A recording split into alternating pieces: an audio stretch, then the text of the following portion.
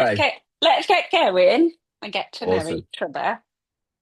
So, I don't script podcasts. Perfect. That's good. No, Uh, no problem. It's good. I would like to welcome you, Toby, of Craze Dog Training to our podcast. I tend to try to bring people onto the podcast who are dog advocates. Yep. So people who stand out as actually standing up for dogs in the right way from an educated background. So I'd love to hear your story. What brought you into caring for dogs in the way that you do? Because you're having such a huge impact, which is Oh, beautiful to see. So thank nice you. to see. So tell us about you. Thank you. Yeah, no worries at all. So from the moment I left school, I already kind of branched off from what other people were doing, and I went to do a level three extended diploma in animal management. So as soon as I left school, I was straight into education focused on animals. From there, and then I went on to complete a foundation degree in husbandry and welfare, and then I went on to do my full bachelor's in animal behavior. So from the moment leaving school, I was already kind of like on this trajectory of kind of education of animal stuff. Always wanted to work with animals. Didn't know it was going to be dogs. Originally, it was always going to be maybe like like megafauna, like elephants or or lions or something like that. I wanted to go to more kind of like wildlife conservation, and I did that for a bit because I actually landed a job in Thailand as soon as I left university, and I went to do it was ecotourism. So it was elephants that were rescued from tourist camps and circuses and all that kind of stuff. They were relocated back to the forests. And what I'd do is I would take out volunteers to go and study those elephants, so collect behavioral data on them. So just like no touching, no riding, no bathing, nothing like that. Completely hands off, observational of just watching elephants be elephants, which was amazing. It was fantastic. It was a great job to get straight out of uni. Took me to the other side of the world, made loads of great friends, and it's actually probably the first bit of contact I had with natural kind of like free roaming village dogs, Mm. which is like kind of like. But at that time, it was there. They were just like, no, they're just awesome dogs. So they weren't something for me where it's like, oh, I want to work with these guys. It was just like, oh, these dogs are awesome. Um, COVID came around, so like headed back to the UK, and then was down in Cornwall with my parents, and I was looking for like, okay, cool. So you know my career now is animals. Unfortunately, due to COVID, that one's kind of gone for now, and we all thought it was going to last for about 2 weeks, didn't we? So Yeah. so yeah, what was like, okay, there's a 2 week break, obviously turned into something much longer. And then I was just scrolling through Indeed, and I saw a job as an adoption coordinator for a dog rescue. And I was like, okay, well, I've got people skills, done public speaking, I've done stuff with literally helping volunteers and guiding them through different cultures and animal safety and stuff like that. So that's fantastic. I've got my degree in animal behavior, and I love dogs, right? So I went and I applied for the job. I got the job, and I went there and I realized that even though I had a love of dogs, grew up around dogs, and had my theory background. The rescue specifically focused on dogs from abroad, so dogs from Romania, Eastern Europe, mostly Romania. So I obviously went into this like, oh yeah, no, I know dogs, like I know positive reinforcement, I know all that stuff. Yeah, no problem. And I was quickly like, wow, I actually know nothing really about dogs. Any of um, us? yeah, no. And working with the ex-street dogs obviously gave me like a massive kind of like baptism by fire. But then, of course, being the adoption coordinator as well, without my input, like the dogs weren't going to get adopted. So like I had to kind of hit the ground running and work with the dogs very closely. And learn as much as I could. Basically, I just soaked up information. I was just like Mm. podcasts, books, every kind of resource that I could possibly find. And then what I was doing is I was taking the stuff, from my drives to and from work, the evenings, whatever. I was taking that and then I was applying that in practice with my, 9 hour shifts in the rescue. I was just like, wow, I've got, I'm unlike, what other people may not have access to. I literally have like, between 30 and 40 dogs here, which I can just practice all these various skills with and kind of fine tune them. So I did that. And then I got better. My skill set got better. The dogs, and then we started taking in dogs that were more difficult. So the skill set had to up again. And from that, because I was doing a lot of adoptions, I also got the other side of it where I was helping the adopters when they had the dogs in their homes. So I kind of got a glimpse. Well, not a glimpse. I was literally doing what it was like to be now, like a self-employed consultant. But I was able to do it kind of like with the stabilizers on without doing it all completely by myself. Mm. So I did that for 4 years up there, and then I branched off solo, and then still dabbled in like bits of rescue consultants. And then yeah, that kind of takes me to like where I am now. And I recently was in Thailand with my girlfriend because she's also a dog trainer, and she had a job at rescue in Thailand, in South Thailand. So I was back to Thailand, but with dogs this time and not elephants. Again, just got to apply the stuff that I'd learned over the previous years, but to dogs in another country with another team, and do a lot of team education and stuff like that. It was absolutely fantastic. I love it. And yeah, it kind of takes me to where I am now, where I've been running Craze Dog Training. Now, this is the second year that I've been doing like self-employed my own business, going into the third year. And I love it. Just connecting with people around the world. My business has gone through that natural progression where when you start and you're like a bit of everywhere, and now it's very much more streamlined, and just much more confident with like the systems at play, the endless admin, the endless Mm. social media strategies. I didn't have to worry about that when I was doing it in rescue, but now you do. But yeah, that takes me to where I am now. And I think that's why I am such kind of like an advocate for dogs, because starting my role in rescue, seeing lots of dogs with traumatic pasts, never it would never like appeal to me, or I'd never even think to put those dogs through anything more than what they'd already been through in the name of of training or whatever. Like anything like that naturally didn't sit right with me anyway, despite my degrees or anything like that. It was just ethically and morally just not never appealed to me whatsoever. Mm. So yeah. Yeah, wonderful. Was there a dog? Has there been a special dog?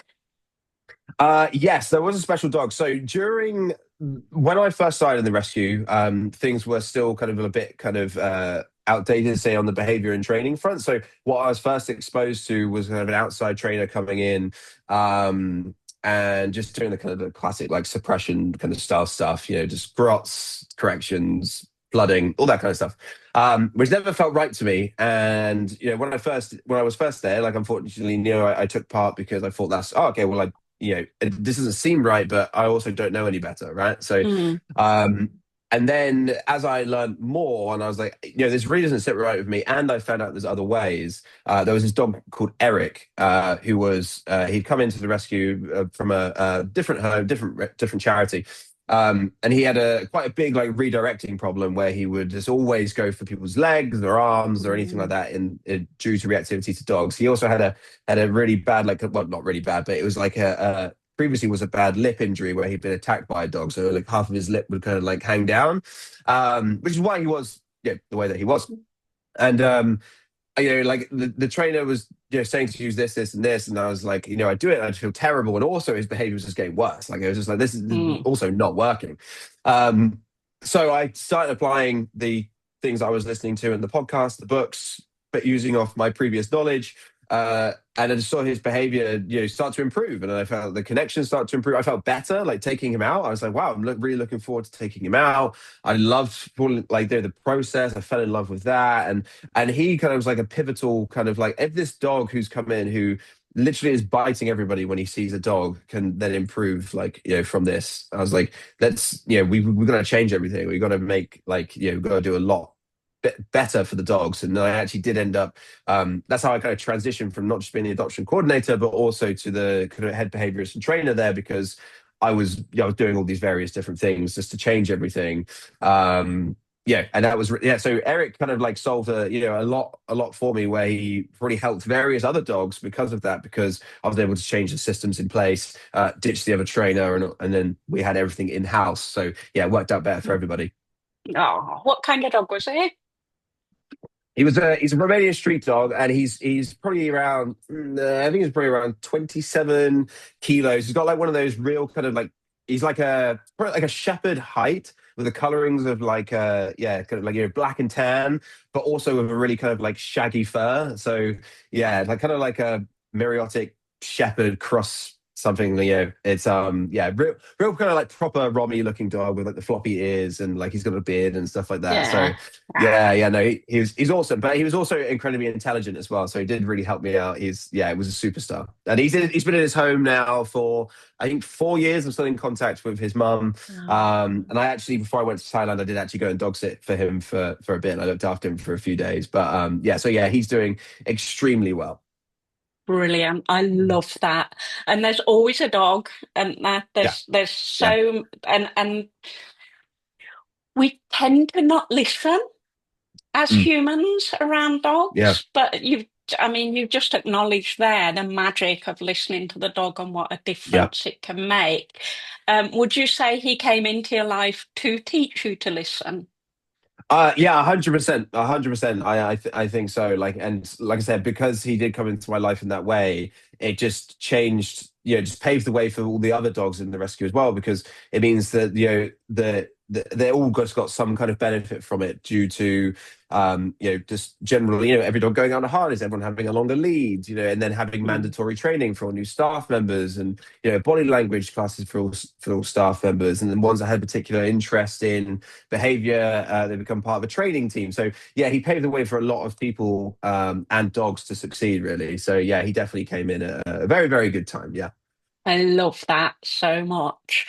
Yeah. And the difference, how it could have been if it hadn't been you there, and Mm. how you must have been so um nobody's listening to me, nobody's Yeah. listening to me, and then suddenly someone came along and listened. His mental health must have been Yeah. pretty bad. Yeah. And just somebody listening and just somebody has Yeah. made all that difference. And I believe very much that that's what dogs come here to do, to For sure. teach us. So, um,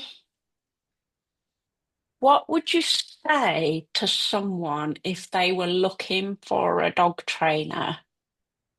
Cool. How Yeah. would you say that they would vet that dog trainer to make sure that their dog is properly taken care of? Yeah, so I mean, like a really good one that I always say people to look for. Obviously qualifications are great. I love qualifications, and I think everyone should have a qualification certification. So that's like the first thing to look for is just looking for some kind of regulation, some kind of regulatory body that person belongs to, whether it's the dog training and behavior charter. I know there's moves now in various different places of other organizations kind of around the world kind of coming together as well. So that's really great. So looking for some kind of regulatory body which you can then go and check their ethics because they'll have to abide by those ethics.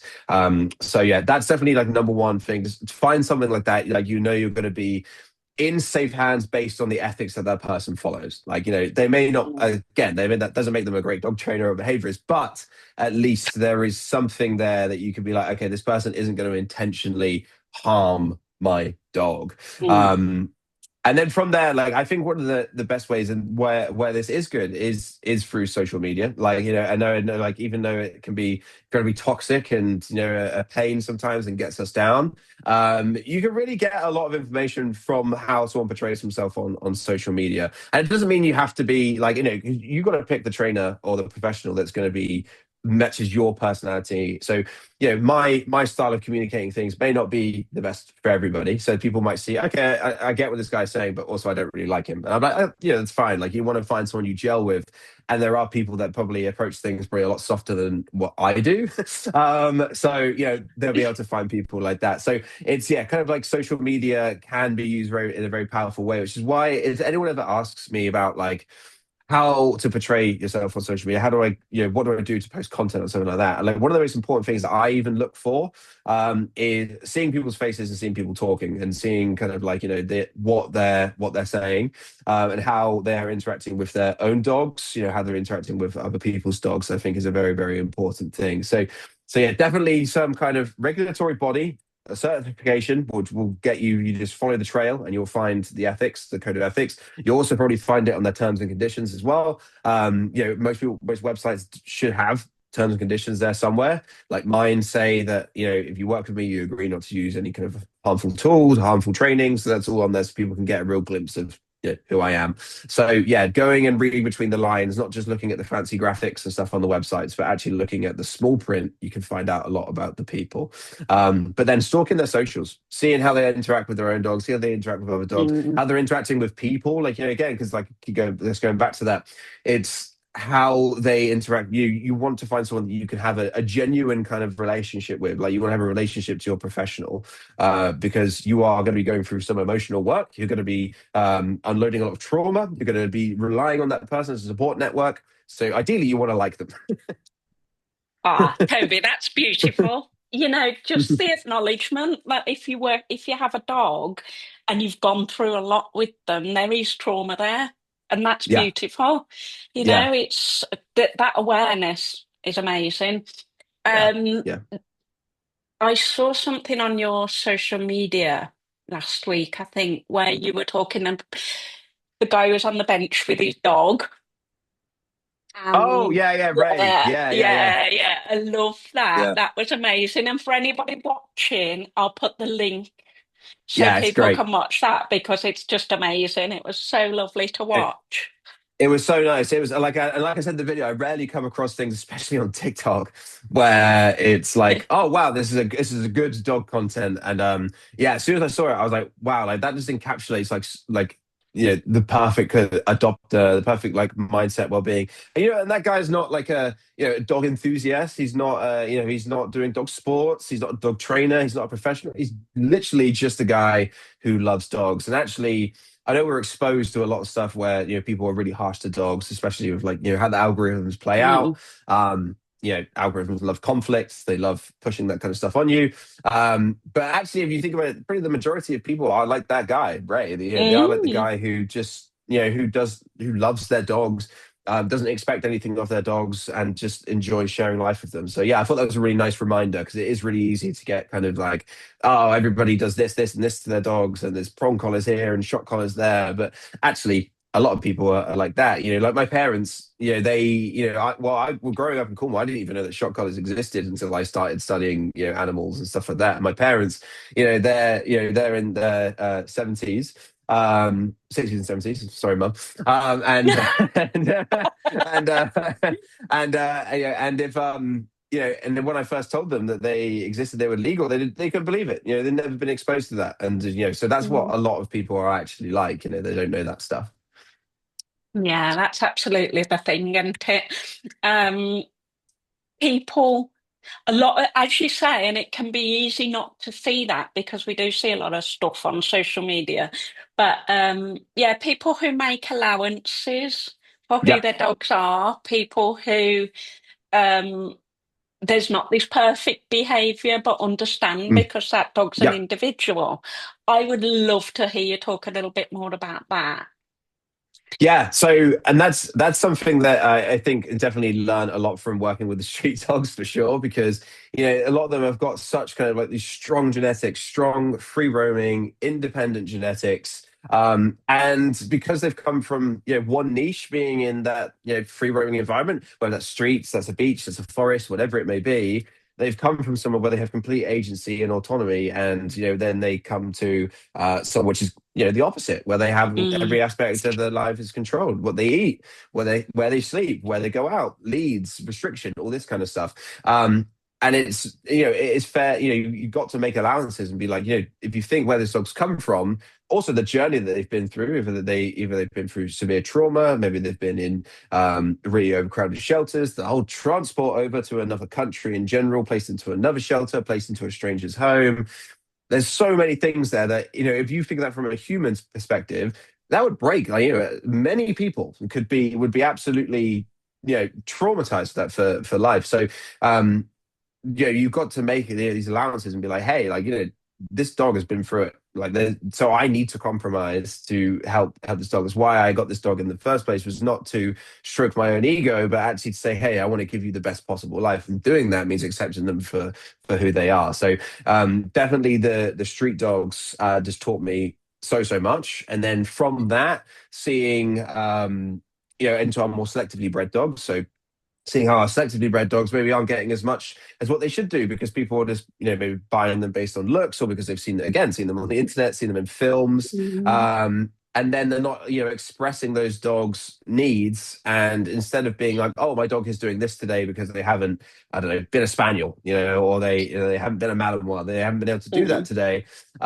So they're doing this instead of people. And like, what I'd hate to see is people be like, oh, well, no, I need to punish this behavior because that's not acceptable. When really it's like that dog hasn't had their needs met. So therefore, if they are acting up or whatever, you've got to be like, hey, it's probably my fault.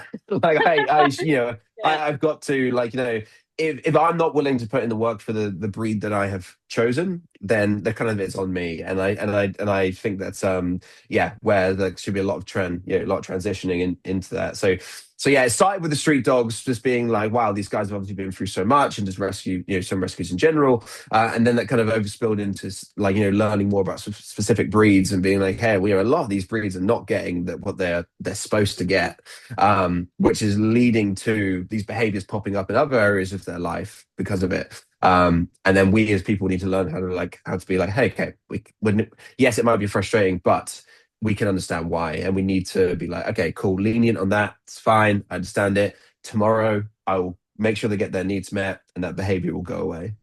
Yeah, that's lovely. Yeah. That is, and that's what I mean when I say dog advocate.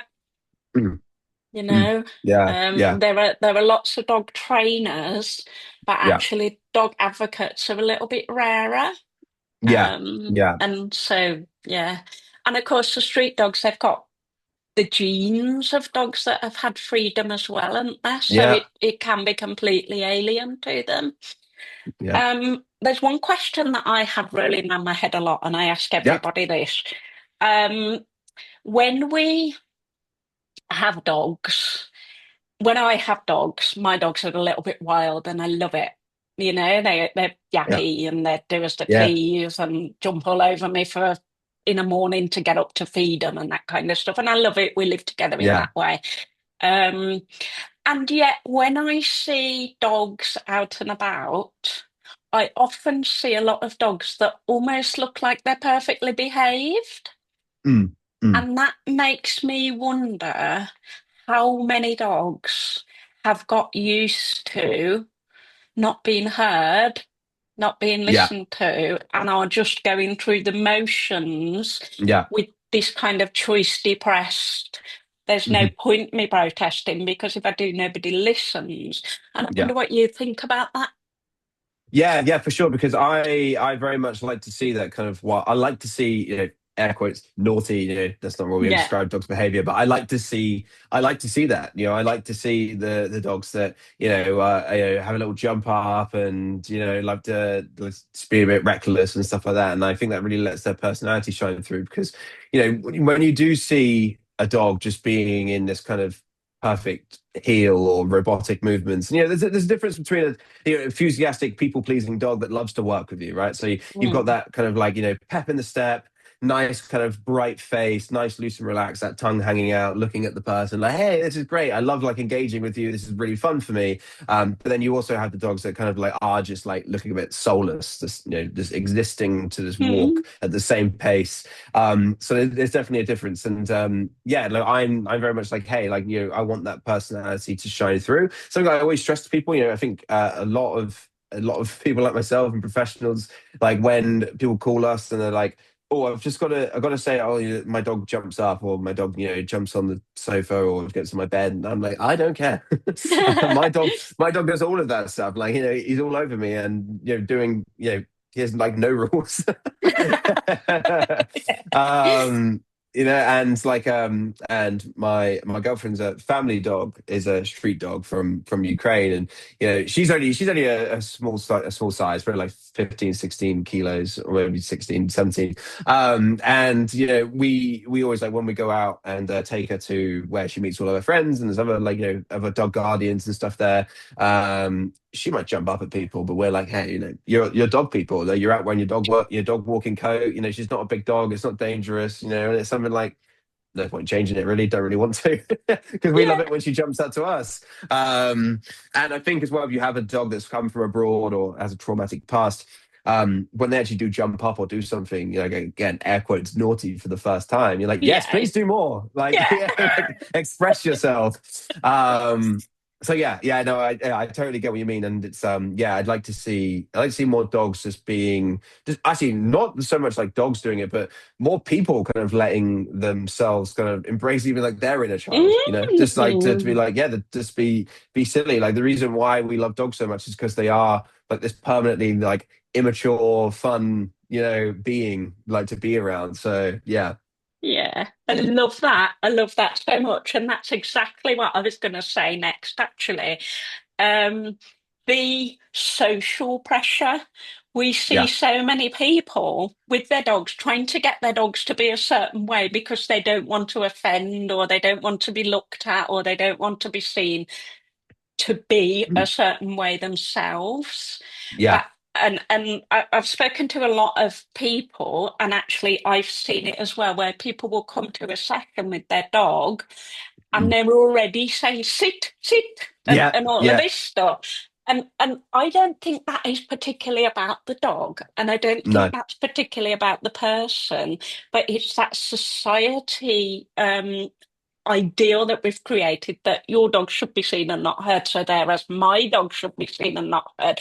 Don't look at me, I'll make them behave. And what would you say to people like that who feel pressured to have their dogs behave a certain way because of how they are looked at? Yeah, no, it's a good question. It's a hard one for people because there is so like it's really easy for me to say, hey, just like, and my advice definitely is like, if you start to let things go and you just start to like almost block out the expectations, which is again easier said than done, you just end up living a much more like like a more fulfilled life. You're not thinking Mm. so much about what others are saying or thinking. But it's really hard, But I think like what people can like remember as well. So if they're out and their dog is, I don't know, jumping up at them or or whatever, or barking, or whatever it may be. um those those moments, they may kind of stick in your head, but no, they're not sticking anybody else's. Like I can't think back to a time where like if I where I was like, oh, this one specific dog was jumping up at their guardian or was barking and for their ball and being loud or something like that. Like I can't think to back to a specific time where I would then take that information and go tell anyone else about it. I'll just, it would just go in and out. And the thing is that so many people are focused on what they're doing. They're not really focused on what you're doing. They're not focusing on what's going on around them. Mm. It's the same as people getting things like natural kind of anxiety to go do a new sport or go to the gym or something like that or start a new hobby. You think that everybody is watching you and everybody is studying you and breaking down all your behavior, but the chances are they're literally just thinking about themselves because they're often feeling the same way. We are, if species, we are selfish as individuals. Like, we're worried about, we're breaking down our own stuff. We're not breaking down what other people are doing. So, when you start to think about that, you're like, and also you just go, we're on a spinning rock, a spinning rock in this infinite universe that it doesn't really matter, like in the grand scheme of things. But once you do get that ability to let that go, and I do agree with you, it is that societal pressure of, like, and I've seen that before, immediately people, like, even, especially when people are around professionals as well, they think that dogs have to act in a certain way. I've been into houses where the dog's been barking at me and, people are scrambling and shouting at their dog. And I'm like, hey, everyone, calm down. Like, Stop. I know yeah, it's my job. I know how dogs bark, it's fine. And we'll just make, you don't need to do anything to try and clear this up for me. Like, that's what I'm here for. So yeah, it's letting go of that societal pressure will just make you so much happier, and just realizing that not everybody, no, no one cares about you. They are the star of their own lives, and they're focusing on what they're doing, and they're often feeling the same way. So as soon as you can kind of like poof, let that go, you just start to become a lot more laid back. You can relax more, and life is just brighter. Mm. Yeah, Yeah. life's easier. Yeah. And it in a way, our dogs will teach us that if we'll just let them. Yes. Yes, they do. They do exactly because dogs. It doesn't apply. None of that applies to dogs. They don't have all these societal pressures, or well, only the ones we put on them. But they don't have this natural tendency to be embarrassed or anything like that. So if you actually learn from your dog, there's no better feeling than being silly with your dog, because again, it goes back to the whole kind of inner child thing as a human. Like, play is across across species what play is used for. Mm. And being in the society that we have, and how traditional way of going into like jobs and and structure and stuff like that, people forget that play is a very important thing throughout the entirety of your life, and embracing your inner child and just being silly and stuff like that. And that's what dogs, again, that's why dogs remind us of that. So yeah, be more like your dog, basically. Yeah, yeah.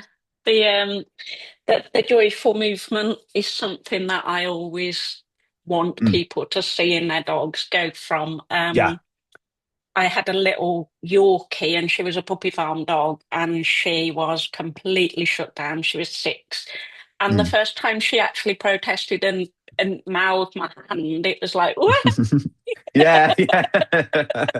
I love it. Yeah, yeah.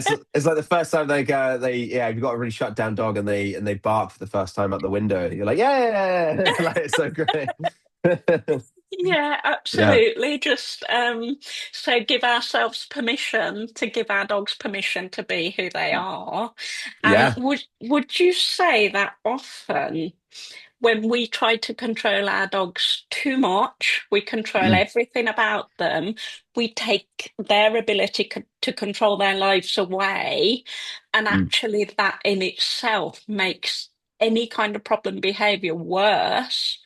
yeah, Because if we're taking the control away from the dog over their own life, that is yeah, going to cause an anxiety, and that yeah. anxiety is going to make the behavior problematic. Yeah, for sure. Because when we micromanage absolutely everything and we take all the control away from our dogs, that's when they do become like soulless robots. Because, and again, like you said, they think there's no reason to attempt to change that for them anymore. So it basically just extinguishes their desire to break out of that. So yeah, and like the more autonomy, choice, freedom we can give to our dogs, obviously in a safe way. The more responsive they are to training, and the less likely the problem behaviors are going to come out in the first place, and the less likely they're going to be have anxiety. So just forgetting about training and stuff like that for a minute, literally just choice and safety, and giving them agency can do absolute wonders for them, for sure. So yeah, Mm. totally agree. Yeah, wonderful. And you work with reactivity, don't you? Do you work with quite a lot of reactivity? Yeah, because my specialty is particularly dogs from abroad. That's one of the most common things that comes up is reactivity, whether that's on lead reactivity or from either frustration based or generally kind of like fear and trauma. And again, coming back to the street dogs, particularly when it comes to things like reactivity, is the lack of choice and the lack of control over their lives is what kind of brings that reactivity out. So whereas their free roaming genetics would say avoid conflict and create space and assess the danger and make a move from there. When we're taking them from that and then putting them into this world where they are restrained through leads and harnesses and whatnot, that ability to assess and use kind of like more flight responses is gone. So typically it comes out in the form of reactivity. Again, if you're looking for a lens of if this thing is potentially unsafe, I need to act now. So I'm going to treat everything as unsafe until I'm 120 million% sure that it is safe.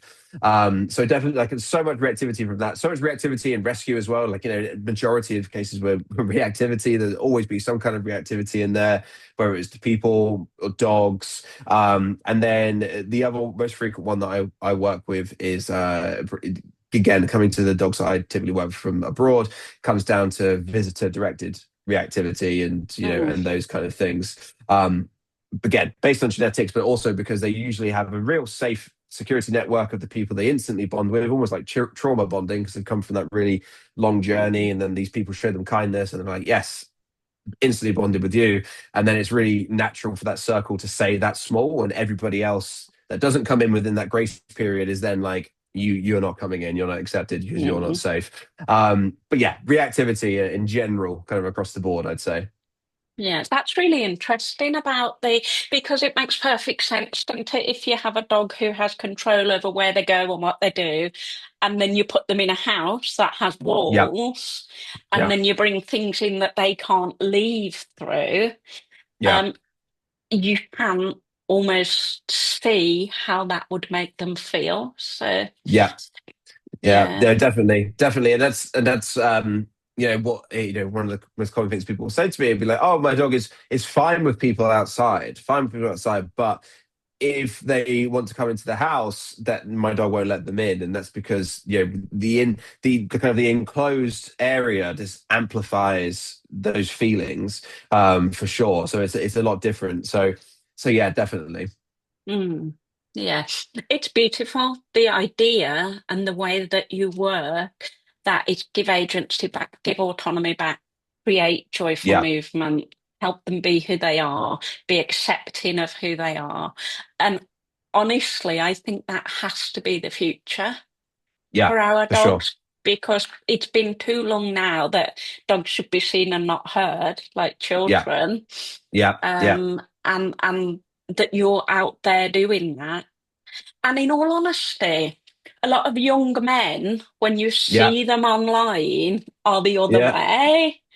And yeah. so I remember, and it's got to have been over a year ago, but somebody had shared one of your things Okay. and said they'd seen a young man Yeah, talking away on the camera about dogs and expected the same old yeah. kind of dominant stuff and it was really refreshing to see you doing that. And I think you are actually a forerunner. You know, Yeah, you yeah. really are going to make a difference. I hope so. Yeah, I Uh, think you are, and I think you'll grow and grow and grow, and you'll touch so many lives. mm. So what are you planning? What's the future for you? So definitely, the future right now is to try and get as many.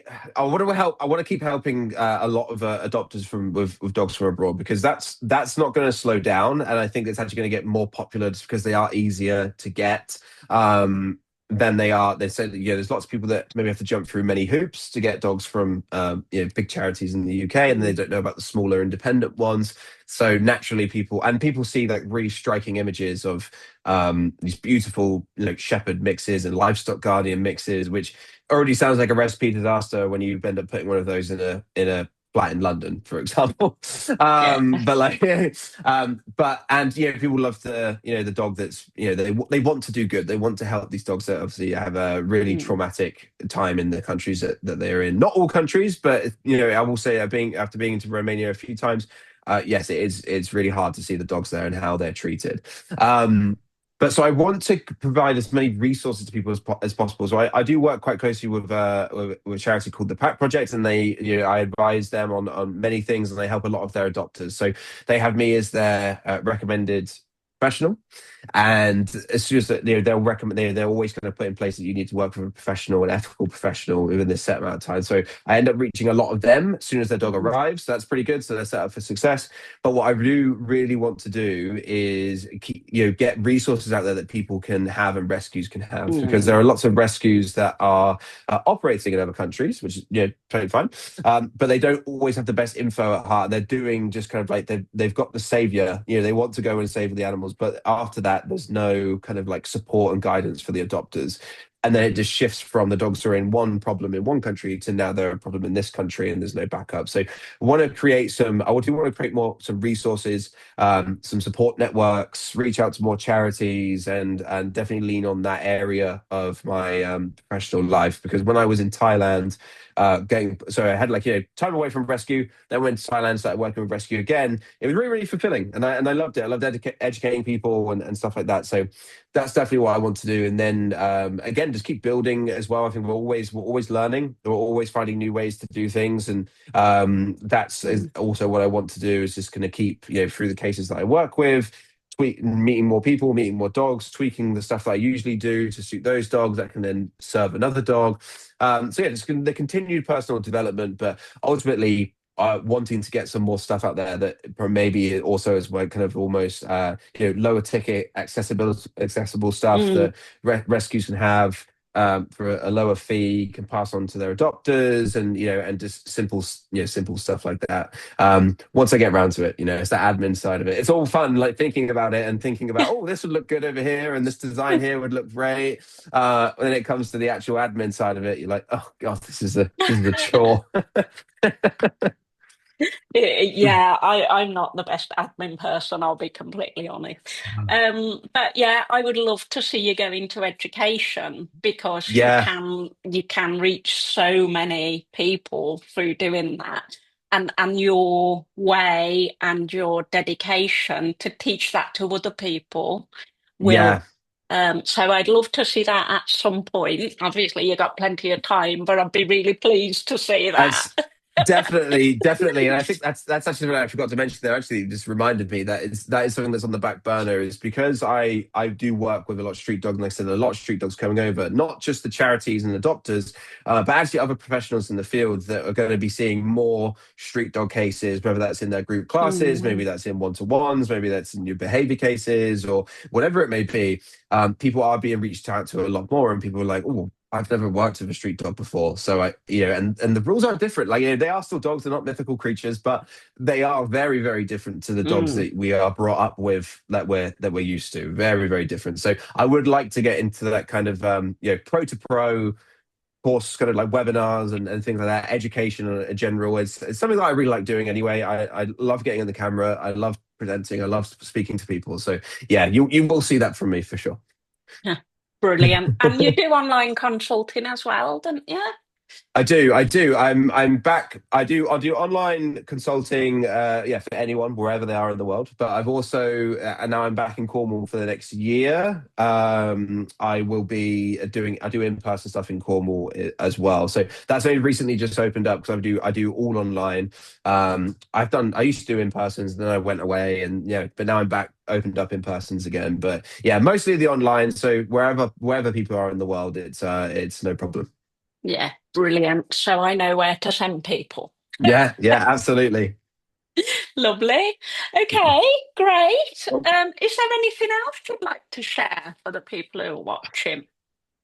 No, I think we covered like a lot of things in there, kind of like life lessons that I want people to have, and I think that we touched on it really nicely. There was literally just to be more dog, like be more like your dog, embrace inner child, be silly, accept your dog for who they are as well. Like it's a big Mm, thing that I'm pushing right now. Is not everything has to be trained, not everything has to be changed. Just because your dog doesn't fit the mold of maybe what someone else expects them to be, or what you've seen on social media. It doesn't have to be that way. If your dog is healthy, happy, you have a good time with your dog, they're not scared of you, they're like going through life feeling supported by you, they're safe, they have choice. Like, you don't really want more than that. You're getting out there in nature with your dog, you're enjoying life with your dog. That's what it's really all about. You don't have to have all the flashiest skills in the world. You don't have to have a robot dog. You just need a happy dog and you need to be happy with them. yeah, brilliant. Yeah. Absolutely brilliant. And thank you so much Thank you. for taking the time to come and talk to us. I No will problem. make sure that people are able to contact you when I put the Cool. recording on. And what an absolutely rewarding chat it's been for me just to see you as the future Thank you. advocating for dogs. It's Ah, beautiful. So thank you very, very thank you. much. No, yeah, thank you so much. Yeah, like you touched on something as well. I think if I can, especially if there are any other like young men that want to get into the industry, and are and naturally feel this way, which everyone does. Typically every human being does typically feel like to be kind towards animals. Like it's a natural way of Mm. progressing. Lean on those natural instincts. And don't just be sucked in by what you might see the general crowd doing, or be made to feel like you're less of a man for I love treating it. dogs in a certain way, so yeah, no, thank you so much for giving me this opportunity. It's been absolutely awesome to to meet you and finally get speaking to you. Yeah, Yeah, yeah. Keep up the amazing work. thank you. And again, thank you so much. And I will be sending people your way without a Thank doubt. you. So Thank you so much. lovely. Enjoy the rest of your day.